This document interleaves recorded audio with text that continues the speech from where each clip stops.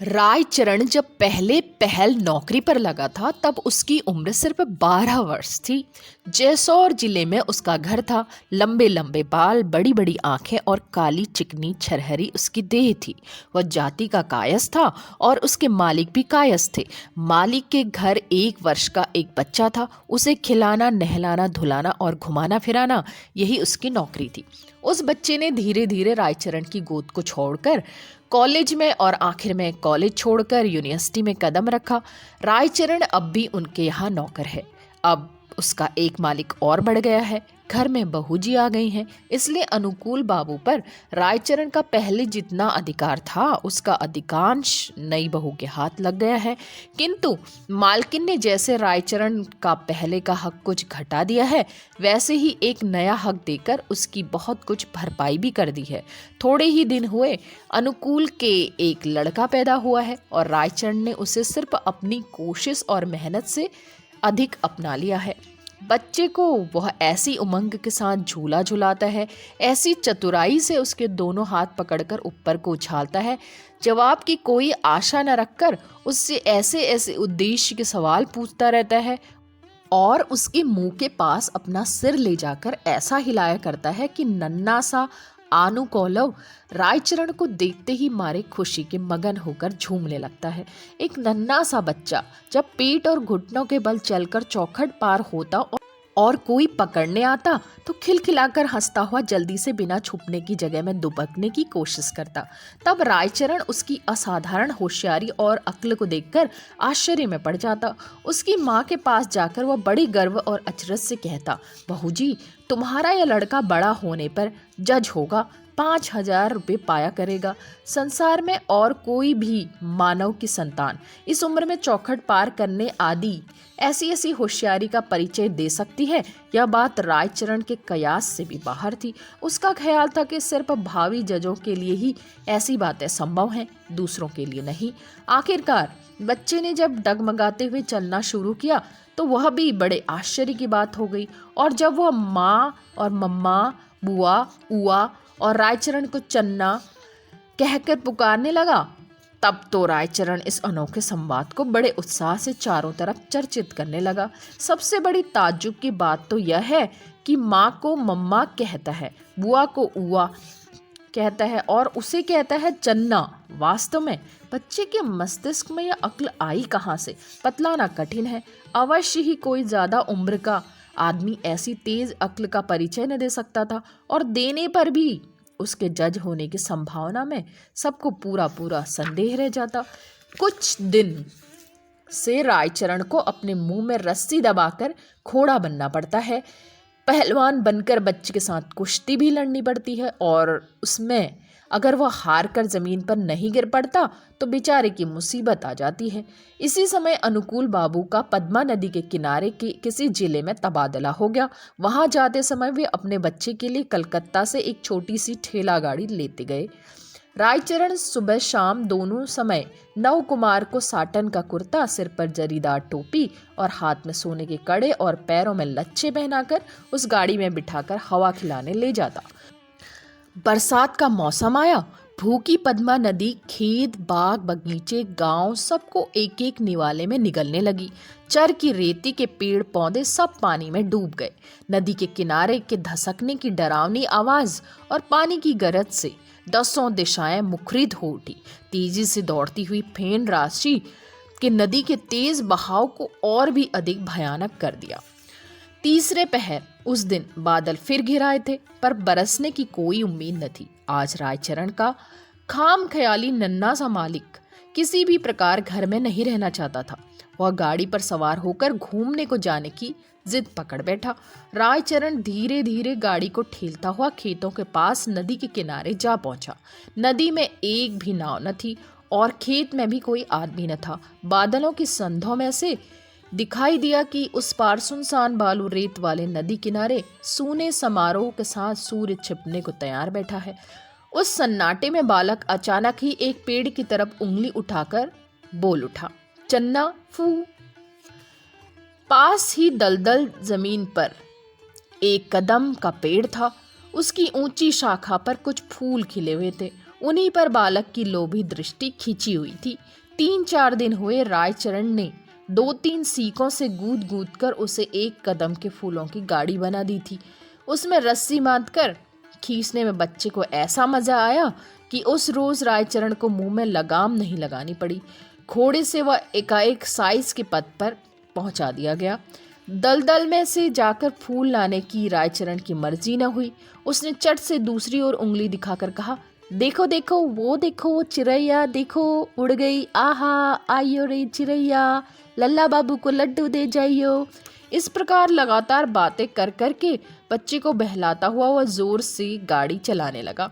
पर जो लड़का बड़ा होकर जज होगा उसे इस तरह फुसलाने की कोशिश करना बेकार ही था, खासकर उस समय जबकि चारों तरफ उसका ध्यान आकर्षित करने वाली और कोई दूसरी चीज न हो। लिहाजा रायचरण का काल्पनिक चिरैया का बहाना ज्यादा देर तक नहीं टिक सका। तब फिर रायचरण ने कहा, तो तुम गाड़ी में बैठे रहना, अच्छा मैं चट से फूल ले आता हूँ, खबरदार पानी के किनारे न जाना। यह कहता हुआ वह धोती ऊपर चढ़ाकर कदम के पेड़ की ओर चल दिया, किंतु वह तो पानी के किनारे जाने को मना कर गया था। उससे बच्चे का मन कदम के फूल से हटकर उसी पल पानी की ओर दौड़ गया। उसने देखा कि पानी कल कल छल छल करता हुआ दौड़ा जा रहा है। उसे ऐसा लगा कि जैसे शरारत करके किसी एक बड़े रायचरण के हाथ से निकलकर 1,00,000 नन्हा बहाव हंसता और कल कल गीत गाता हुआ मना किए हुए जगह की ओर तेजी से भागा जा रहा हो। उसके इस बुरे उदाहरण से मानव शिशु का मन खिल उठा।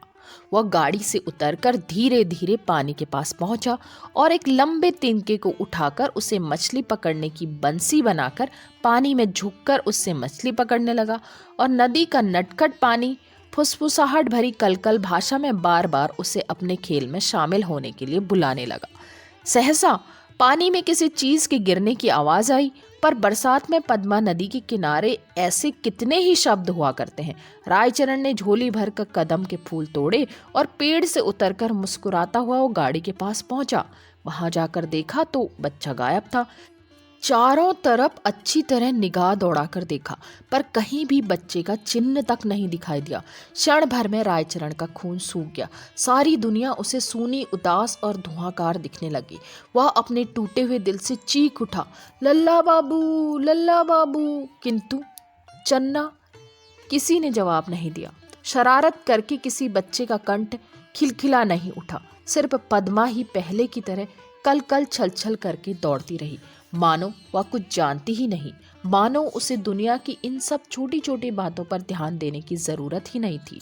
जब शाम हुई तो बच्चे की बेचैन माँ ने चारों तरफ आदमी दौड़ाए। लालटेन हाथ में लिए लोग नदी के किनारे पहुंचे। वहां देखा तो रायचरण आंधी की हवा की तरह खेतों के चारों तरफ लल्ला बाबू चिल्लाता हुआ भटक रहा है। उसका गला बैठ गया है। अंत में घर लौटकर रायचरण धड़ाम से अपनी बहू जी के पैरों पर गिर पड़ा। उससे बार बार पूछा गया, पर वह रो रो कर यही कहता रहा, कहाँ गया, कुछ भी पता नहीं लगा माँ। यद्यपि सब समझ गए कि यह काम पद्मा नदी का ही है, फिर भी गांव के बाहर जो बंजारे ठहरे हुए थे उन पर संदेह हो ही गया। माँ के मन में तो शक पैदा हुआ कि कहीं बच्चे को रायचरण ने ही न चुरा लिया हो। यहाँ तक कि वह उसे बुलाकर कहने लगी, तू मेरे लल्ला को लौटा दे, तुझे जितने रुपए चाहिए मैं दूंगी। सुनकर रायचरण ने सिर्फ माथे पर हाथ दे मारा। अंत में मालकिन ने उसे निकालकर बाहर कर दिया। अनुकूल बाबू ने अपनी स्त्री के मन में रायचरण के प्रति इस अन्यायपूर्ण संदेह को दूर करने की कोशिश की थी। उन्होंने अपनी पत्नी से पूछा, रायचरण आखिर ऐसा जघन्य काम करेगा क्यों? पत्नी ने कहा, क्यों, सोने के गहने नहीं पहने था वो? रायचरण अपने देश को चला गया था। अब तक उसके कोई बाल बच्चा नहीं हुआ था और नहीं होने की कोई उम्मीद थी, पर होनहार की बात की उसी साल इतनी ज्यादा उम्र में उसकी पत्नी ने एक लड़के को जन्म दिया और जन्म के साथ ही उसकी मृत्यु हो गई। अपने उस बच्चे पर रायचरण को बड़ा गुस्सा आया और उसे वह बैरी सा दिखने लगा। उसने सोचा, यह छल करके लल्ला की जगह अपना हक जमाने आया है। सोचने लगा, मालिक के इकलौते बेटे को पानी में बहाकर खुद पुत्र के सुख को व्यतीत करना उसके लिए महापाप के अलावा और कुछ नहीं। यहाँ तक कि रायचरण की विधवा बहन अगर न होती तो शायद वह बच्चा संसार की हवा में ज्यादा दिन तक सांस भी नहीं ले सकता। ताज्जुब की बात है कि उस लड़के ने भी कुछ ही दिनों बाद लल्ला की तरह चौखट पार करना आरंभ कर दिया और सब तरह की मनाहियों को न मानने में ठीक वैसी ही चतुरता दिखाने लगा। और तो क्या, उसके गले का स्वर, हंसने और रोने की आवाज़ बहुत कुछ उससे मिलती जुलती है। किसी किसी दिन रायचरण उसका रोना सुनता तो उसकी छाती अचानक धड़क उठती। उसे ऐसा लगता मानो उसका वह लल्ला भटक भटक कर रो रहा है। फुलना भी, रायचरण की बहन ने अपने भतीजे का नाम रखा था फुलना, बुआ को उआ कहकर पुकारने लगा। इस परिचित संबोधन को सुनकर एक दिन अचानक रायचरण को ख्याल आया कि जरूर लल्ला ही मेरे मोह को न छोड़ सकने की वजह से मेरे घर आकर पैदा हुआ है। इस यकीन के अनुकूल कुछ न काटी जा सकने वाली युक्तियां भी थी। पहले तो उसके चले जाने के बाद इतनी जल्दी इसका जन्म होना, दूसरे इतने सालों बाद सहसा उसकी पत्नी के गर्भ में लड़का पैदा होना, यह उसकी स्त्री के गुण से हरगिज नहीं हो सकता। तीसरा यह भी कि उसी तरह घुटनों के बल चलना, डगमगाता हुआ घूमता फिरता हुआ है और बुआ को उआ कहता है। जिन लक्षणों के होने से आने वाले दिनों में जज होने की संभावना है, उनमें ये अधिकांश गुण मौजूद हैं। तब बहू जी के दिल तोड़ देने वाले शक की बात उसे सहसा याद आ गई और बड़े आश्चर्य में आकर वह मन ही मन कहने लगा, हाँ, माँ के मन ने ठीक जान लिया था कि किसी ने उसके बच्चे को चोरी कर लिया है। ठीक तो है, तभी तो वह मेरे घर आएगा, तभी तो मेरे घर आके पैदा हुआ। फिर इतने दिन तक जो उसने बच्चे के लिए लापरवाही रखी थी, उसके लिए उसे बड़ा पछतावा हुआ। बच्चे को अब वह बहुत अधिक चाहने लगा और प्यार करने लगा। अब से फुलना को वह इस तरह पालने लगा जैसे वह किसी बड़े घराने का बच्चा हो। उसके लिए वह साटन का कोट खरीद लाया, जरीदार टोपी भी ले आया और अपनी पत्नी के गहने गलाकर उसके लिए कड़े और लच्छे भी बनवा दिए। मोहल्ले के किसी भी लड़के के साथ वह उसे खेलने नहीं देता। रात दिन खुद ही उसका साथी बनकर उससे खेलता रहता। मोहल्ले के लड़के मौका पाते ही फुलना को नवाब का नाती कहकर चिढ़ाया करते और गांव के लोग भी रायचरण के ऐसे पगलाए व्यवहार पर आश्चर्य प्रकट करने लगे। फुलना जब पढ़ने लायक हुआ तब रायचरण अपनी जमीन वगैरह सब बेच बाच कर उसे कलकत्ता ले गया। वहां बड़ी मुश्किल से एक नौकरी तलाश करके फुलना को उसने स्कूल में भर्ती करा दिया। खुद जैसे तैसे गुजर कर लेता, किंतु लड़के को अच्छा खाना, बढ़िया पोशाक और अच्छी शिक्षा देने में कोई कसर न रखता।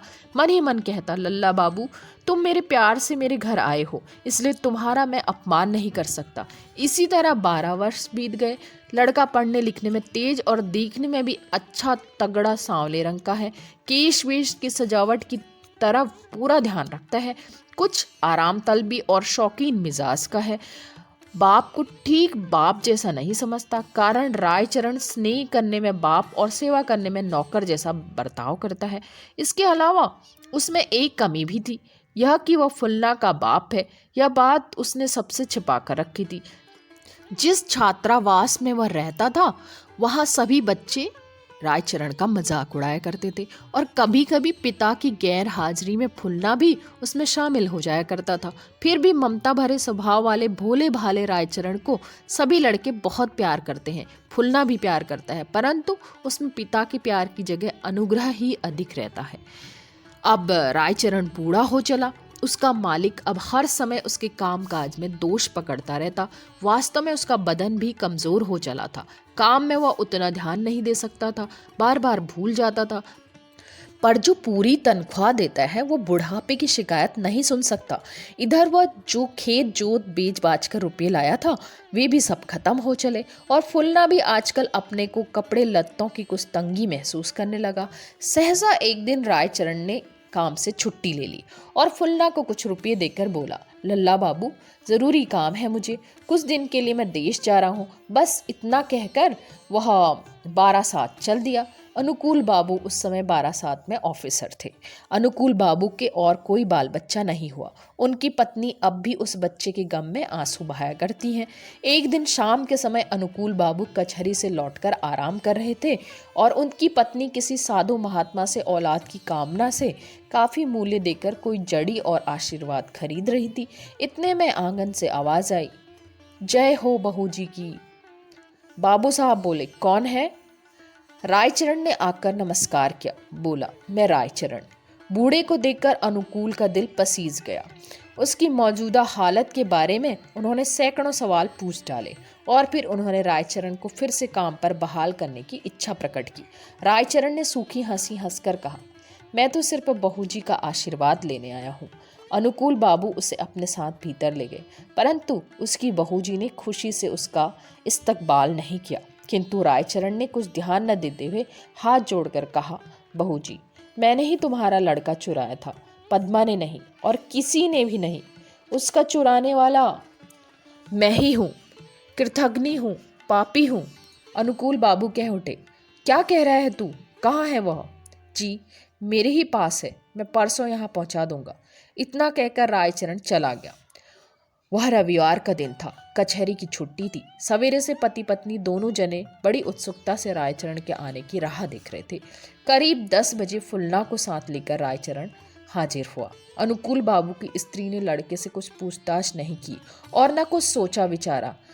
वे चट से उसे गोद में बिठाकर, छाती में चिपटाकर, मुंह चूमकर, तरसे हुए नैनों से उसका मुखड़ा देखकर कभी रोती और कभी हंसती हुई व्याकुल हो उठी। दरअसल लड़का देखने में बहुत अच्छा था। उसके पहनावे में, रहन सहन में गरीबी का कोई लक्षण नहीं था। मुंह पर बेहद भला दिखने वाला विनम्र शर्मीला भाव देखकर अनुकूल के दिल में भी अचानक स्नेह उमड़ आया। फिर भी उन्होंने मजबूती के साथ पूछा, कोई सबूत है? रायचरण ने कहा, ऐसे काम का सबूत क्या होगा बाबू साहब? मैंने जो आपका लड़का चुराया था, इस बात को सिर्फ मैं ही जानता हूँ या भगवान जानते हैं, दुनिया में तीसरा कोई नहीं जानता। अनुकूल ने सोच समझकर तय किया कि लड़के को पाते ही उनकी पत्नी ने जिस बेचैनी के साथ उसे अपना लिया है, उसे देखते हुए अब सबूत मांगना कुछ अर्थ नहीं रखता। जिस प्रकार भी बने विश्वास करना ही अच्छा है। इसके अलावा और भी एक बात, रायचरण को ऐसा लड़का मिल भी कहाँ सकता है? दूसरे, इतना पुराना बूढ़ा नौकर बिना कारण उन्हें धोखा देगा ही क्यों? लड़के से भी बातचीत करने पर यही मालूम हुआ कि बचपन से ही वह रायचरण के साथ है और अब तक उसी को वह पिता समझता आया है। किंतु रायचरण ने कभी उसके साथ पिता के समान बर्ताव नहीं किया, बल्कि वह नौकर जैसा बर्ताव करता रहा। अंत में अनुकूल ने मन से शक दूर करके कहा, लेकिन रायचरण, अब तो हम लोगों की परछाई भी नहीं छू सकेगा। रायचरण ने हाथ जोड़कर गदगद कंठ से कहा, मालिक साहब, अब इस बुढ़ापे में कहाँ जाऊंगा? मालकिन बोली, नहीं नहीं, रहने दो। लल्ला मेरा खुश बना रहे, इसे मैं माफ करती हूँ।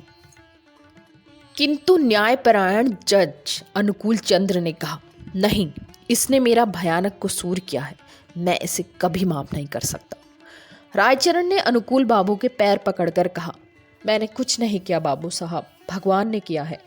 अपना पाप ईश्वर के सिर मरने की कोशिश करते देख जज साहब और भी ज्यादा क्रोधित हो उठे। बोले, जिसने ऐसा धोखे का काम किया है उस पर दोबारा यकीन नहीं किया जा सकता। रायचरण ने पैर छोड़कर कहा, ऐसा मैं नहीं हूं मालिक। तो कौन है ऐसा? मेरी किस्मत। किंतु इस तरह की कैफियत से किसी उच्च शिक्षित और खासकर न्यायकर्ता, दंडदाता जज को भला कैसे तसल्ली मिल सकती थी? रायचरण ने कहा, संसार में मेरा और कोई भी नहीं मालिक। फुलना ने जब देखा कि वह जज का लड़का है, रायचरण ने अब तक उसे चुरा रखा था और अपना लड़का बताकर वह उसकी बेइज्जती करता रहा है, तब उसे भी मन ही मन में बहुत गुस्सा आया। किंतु फिर भी उसने सहनशीलता के साथ पिता से कहा, पिताजी, माफ कर दो। घर में अगर नहीं रखना चाहते तो इसके लिए कुछ तनख्वाह बांध दो। इसके बाद रायचरण ने अपना मुंह न खोला। बस एक बार अपने इकलौते बेटे का चेहरा अच्छी तरह से देखा, सबको नमस्ते किया और फिर दरवाजे से बाहर निकलकर दुनिया के अनगिनत व्यक्तियों में जाकर मिल गया। महीने के आखिर में अनुकूल बाबू ने जब उसके देश के पते पर कुछ रुपये भेजे तो मनी ऑर्डर वापस आ गया। वहाँ मनी ऑर्डर को लेने वाला कोई नहीं था।